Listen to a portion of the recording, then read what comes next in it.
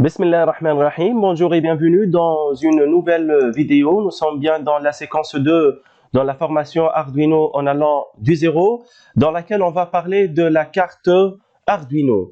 Donc une carte Arduino c'est quoi? C'est une carte électronique programmable à source ouverte, open source, qui représente un cerveau permettant de rendre intelligents des systèmes électroniques et d'animer des dispositifs techniques. De quoi est composée une carte Arduino? Une carte Arduino est composée des entrées et sorties numériques et des entrées analogiques, une alimentation extérieure, un port USB utilisé pour recevoir le programme à partir de l'ordinateur, une alimentation interne de 3 ou de 3,3 ou 5 volts, le GND ou bien la masse. Donc, un microcontrôleur qui va recevoir et exécuter le programme et un bouton de remise à zéro.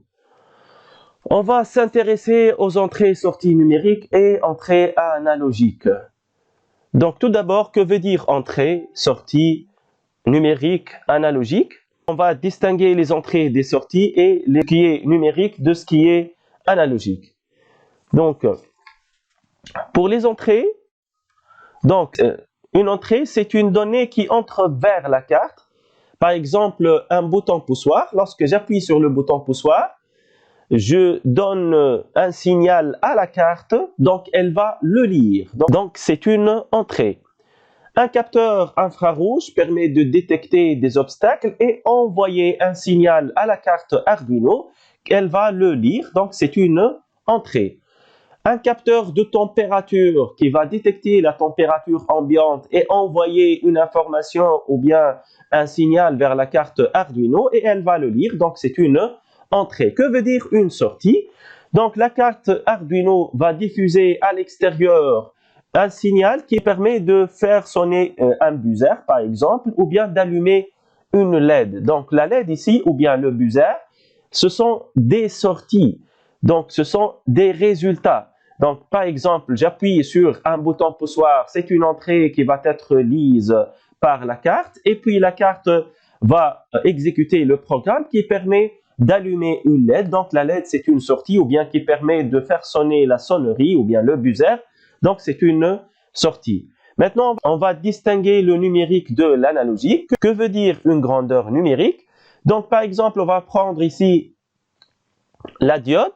La diode ne peut prendre comme sortie que deux états, 0 ou bien 1. Donc, ce sont les états logiques. Donc, elle va être ou bien allumée ou bien éteinte. Donc, elle a deux états logiques. Donc, ces deux états s'appellent des états ou bien des variables numériques. Aussi bien que pour le bouton poussoir, c'est une entrée qui ne peut prendre que deux valeurs, ou bien 0 ou bien 1. Donc, ce sont des valeurs numériques, donc, ou bien des valeurs logiques. Donc, les valeurs numériques, ou bien les grandeurs, ou bien les entrées et sorties numériques ne peuvent prendre que deux états, 0 ou 1. Pour les variables analogiques, exemple, je vais prendre le capteur de température. Lorsqu'il va capter de la température et envoyer à la carte Arduino, est-ce qu'il va envoyer 0 ou 1? Est-ce qu'il va envoyer deux valeurs uniquement? Et bien sûr qu'il va envoyer plusieurs valeurs de température ambiante. Donc, c'est ce qu'on appelle une entrée analogique. Donc, pour résumer, la carte Arduino se compose d'entrée-sortie numérique, d'entrée analogique, d'un microcontrôleur qui permet d'exécuter le programme, d'une alimentation de 3,3 volts ou 5 volts, de la masse, d'un port USB permettant de recevoir le programme à partir de l'ordinateur et d'une alimentation extérieure permettant d'alimenter la carte lorsqu'elle n'est pas connectée à l'ordinateur, avec un bouton de remise à zéro qui permet d'exécuter de nouveau le programme. Donc, on a vu surtout dans la carte Arduino les entrées et sorties numériques et les entrées analogiques. Merci pour votre attention. On se retrouve, Inch'Allah, dans la troisième vidéo qui va parler de la platine d'essai.